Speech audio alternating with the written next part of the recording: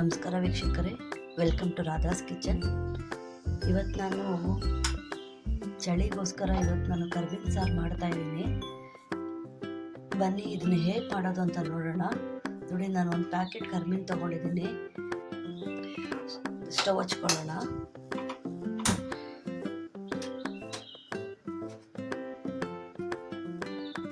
ನೋಡಿ, ನಾನು ಇದಕ್ಕೆ ಕರ್ಬೇವಿನ ಹಾಕ್ಕೊತಾ ಇದ್ದೀನಿ.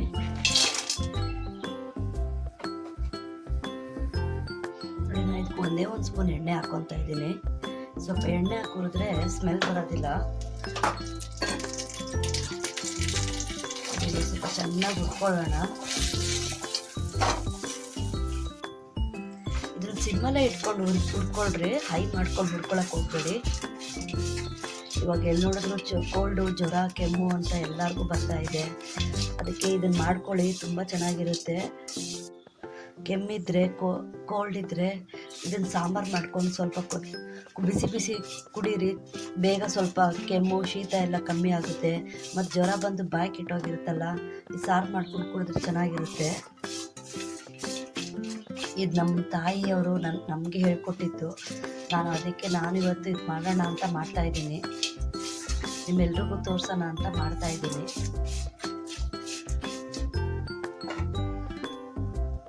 ನೋಡಿ ವೀಕ್ಷಕರೇ, ಇವಾಗ ಇದು ಚೆನ್ನಾಗಿ ಹುರಿದಿರೋದಾಗಿದೆ.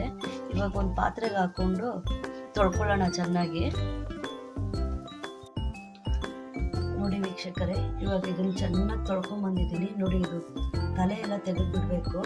ತೆಗೆದುಬಿಟ್ಟು ಚೆನ್ನಾಗಿ ಒಂದು 10-15 ಸಲ ಚೆನ್ನಾಗಿ ತೊಳಿಬೇಕು, ಮಣ್ಣು ಹೋಗಂಗೆ. ಇಲ್ಲಾಂದರೆ ತಿನ್ನಬೇಕಾದ್ರೆ ಮಣ್ಣು ಸಿಗುತ್ತೆ. ನೋಡಿ, ನಾನು ಇವಾಗೆಲ್ಲ ಚೆನ್ನಾಗಿ ತೊಳ್ಕೊಂಡು ಬಂದಿದ್ದೀನಿ. ಬನ್ನಿ ಇವಾಗ ಹೇಗೆ ಮಾಡೋದು ಅಂತ ನೋಡೋಣ. ಮೊದಲಿಗೆ ಸ್ಟವ್ ಹಚ್ಕೊಳ್ಳೋಣ. ಎಣ್ಣೆ ಹಾಕೊಳಕ್ಕೆ ಹೋಗ್ಬಿಟ್ರಿ. ಇದಕ್ಕೆ ನಾನು ಯಾವುದೇ ಥರ ಕಾಳುಗಳು ಹಾಕಿ ಯೂಸ್ ಮಾಡ್ತಾ ಇಲ್ಲ. ಬರೀ ಕರ್ಬೇವಿನ ಹಾಕಿ ಸಾಂಬಾರು ಮಾಡ್ತಾ ಇದ್ದೀನಿ. ನೋಡಿ, ಇವಾಗ ಎಣ್ಣೆ ಹಾಕಿದ್ದೀನಿ. ನಾನು ಇಲ್ಲಿ ಒಂದು ಈರುಳ್ಳಿ ತಗೊಂಡಿದ್ದೀನಿ.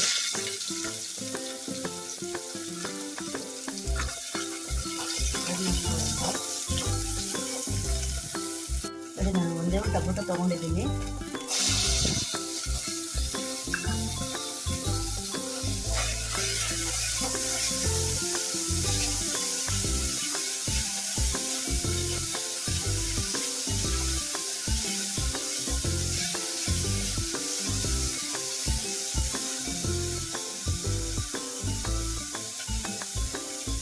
ನಾನು ಆವಾಗ ತೊಳೆದಿಟ್ಕೊಂಡಿದ್ದೀನಂತಲ್ಲ, ಆ ಮೀನೆಲ್ಲ ಹಾಕ್ಕೊತಾ ಇದ್ದೀನಿ.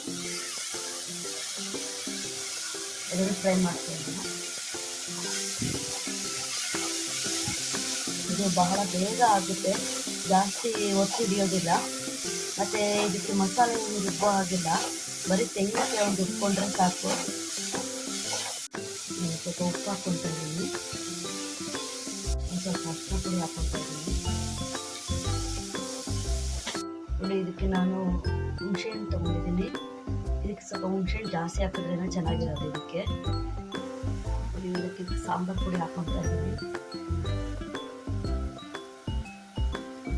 ನಾನು 2 ಟೇಬಲ್ ಸ್ಪೂನ್ ಸಾಂಬಾರು ಪುಡಿ ಹಾಕ್ತಾ ಇದ್ದೀನಿ. ಒಂದು ಪೂರ ತೆಂಗಿನಕಾಯಿ ತೊಗೊಂಡಿದ್ದೀನಿ. ನೋಡಿ, ಇವಾಗ ಇದಕ್ಕೆ ಹಾಕ್ಕೊತಾರೆ. ನೀರು ಮಿಕ್ಸ್ ಮಾಡ್ತಾ ಇಲ್ಲ, ತೆಂಗಿನ ಹಾಲು ತೊಗೊಂಡಿದ್ದೀನಿ. ನೋಡಿ, ಖಾರಕ್ಕೆ 1 ಸ್ಪೂನ್ ಆಗೋಷ್ಟು ಚಿಲ್ಲಿ ಪೌಡ್ರ್ ಹಾಕ್ಕೊತಾ ಇದ್ದೀನಿ. ನೋಡಿ, ನಾನು ಹಾಕಲೇ ಸ್ವಲ್ಪ ಉಪ್ಪು ಹಾಕಿದ್ದೆ. ಇವಾಗ ಇನ್ನೊಂದು ಸ್ವಲ್ಪ ಉಪ್ಪು ಹಾಕ್ತಾ ಇದ್ದೆ. ನೋಡಿ, ಇವಾಗ ಸಾರು ಕುದಿ ಬರ್ತಾ ಇದೆ. ಇವಾಗ ಸ್ವಲ್ಪ ಕರ್ಬೇವಿನ ಸೊಪ್ಪು ಹಾಕ್ಕೊಳ್ಳೋಣ, ಹಸಿದು. ನೋಡಿ, ಇವಾಗ ತಟ್ಟೆ ಮುಚ್ಚಿ ನಾನು 5 ನಿಮಿಷ ಕುದಿಯಾಗಿ ಬಿಡ್ತೀನಿ. ನೋಡಿ ವೀಕ್ಷಕರೇ, ಈಗ ಸಾಂಬಾರು ರೆಡಿಯಾಗಿದೆ. ತುಂಬ ಗಟ್ಟಿಗೆ ಮಾಡಿದ್ರೆ ಚೆನ್ನಾಗಿರೋದಿಲ್ಲ, ಕುಡಿಯೋಕ್ಕೂ ಚೆನ್ನಾಗಿರೋದಿಲ್ಲ. ಸ್ವಲ್ಪ ಮೀಡಿಯಮ್ ಆಗಿದ್ರೇ ಚೆನ್ನಾಗಿರೋದು. ನೋಡಿ, ಇವಾಗ ಆಗಿದೆ. ಮೀನು ಕೂಡ ಬೆಂದಿದೆ ಇವಾಗ.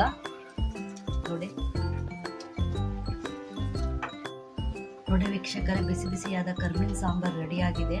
ನೀವು ಒಂದ್ಸರಿ ಮನೇಲಿ ಮಾಡ್ಕೊಳ್ಳಿ. ಇದು ಕೋಲ್ಡ್ಗೆ, ಕೆಮ್ಮಿಗೆ, ಶೀತಕ್ಕೆ ತುಂಬ ಚೆನ್ನಾಗಿರುತ್ತೆ. ಜ್ವರ ಬಂದರೆ ಬಾಯಿ ಕೆಟ್ಟೋಗಿರುತ್ತಲ್ಲ, ಅವ್ರಿಗೂ ಕೂಡ ಕುಡಿದ್ರೆ ತುಂಬ ಚೆನ್ನಾಗಿರುತ್ತೆ. ನೀವು ಒಂದ್ಸರಿ ಮನೇಲಿ ಟ್ರೈ ಮಾಡಿ. ಬಹಳ ಬೇಗ ಆಗುವಂಥ ರೆಸಿಪಿ. ಮಸಾಲೆ ರುಬ್ಬುವಂಥದ್ದು ಏನೂ ಇಲ್ಲ ಇದರಲ್ಲಿ. ನನ್ನ ಚಾನಲ್ ಇಷ್ಟ ಆದರೆ ಲೈಕ್ ಮಾಡಿ, ಶೇರ್ ಮಾಡಿ, ಸಬ್ಸ್ಕ್ರೈಬ್ ಮಾಡಿ.